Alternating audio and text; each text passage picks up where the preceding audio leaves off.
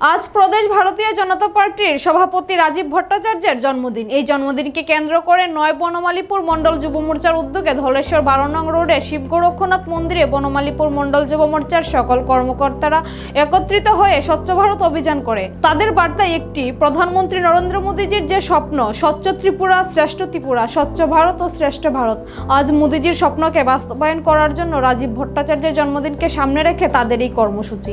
জন্মদিনকে সামনে রেখে ক্যান্সার হাসপাতালে রোগীদেরকে ফল মিষ্টি বিতরণ করবে। পাশাপাশি এইসব কর্মসূচির মধ্য দিয়ে রাজীব ভট্টাচার্যের দীর্ঘায়ু কামনা করল প্রদেশ যুব মোর্চার কর্মকর্তারা। প্রদেশ যুব মোর্চা সাধারণ সম্পাদক রানা ঘোষ সাংবাদিকদের মুখোমুখি হয়ে বিস্তারিত তুলে ধরেন। আজকে বনমালীপুর মণ্ডল যুব মোর্চার উদ্যোগে আমাদের ভারতীয় জনতা পার্টির ত্রিপুরা প্রদেশের আদরণীয় রাজ্য সভাপতি শ্রদ্ধেয় রাজীব ভট্টাচার্যের শুভ জন্মদিন।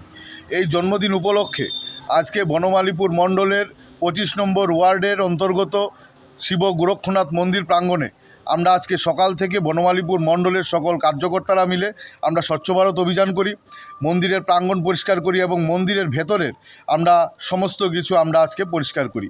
আমাদের বার্তা একটাই, যে নরেন্দ্র মোদীজির যে স্বপ্ন স্বচ্ছ এক ত্রিপুরা, শ্রেষ্ঠ ত্রিপুরা, এক ভারত শ্রেষ্ঠ ভারত, এই স্বপ্নকে বাস্তবায়িত করার লক্ষ্যে আজকে আমাদের রাজ্য সভাপতি শ্রী রাজীব ভট্টাচার্যের জন্মদিনকে সামনে রেখে আমাদের আজকের এই বার্তা। আমরা শুধুমাত্র আজকে স্বচ্ছ ভারত অভিযানের মধ্যে সীমাবদ্ধ থাকবো না, আমাদের সারাদিন ব্যাপী আজকে দিনভর আরও অনেক কার্যক্রম রয়েছে। আমরা ক্যান্সার হসপিটালে আজকে ফল মিষ্টি বিতরণ করব আজকে দুপুরবেলা। এছাড়াও আমাদের অন্য কার্যক্রমও রয়েছে। আমরা আজকে এই স্বচ্ছ ভারতের মধ্যে থেকে বনমালীপুরবাসীরা আমরা আমাদের শ্রদ্ধেয় রাজ্য সভাপতি শ্রী রাজীব ভট্টাচার্যের সুদীর দীর্ঘায়ু কামনা করি এবং ওনার সুস্থতা কামনা করি। নমস্কার।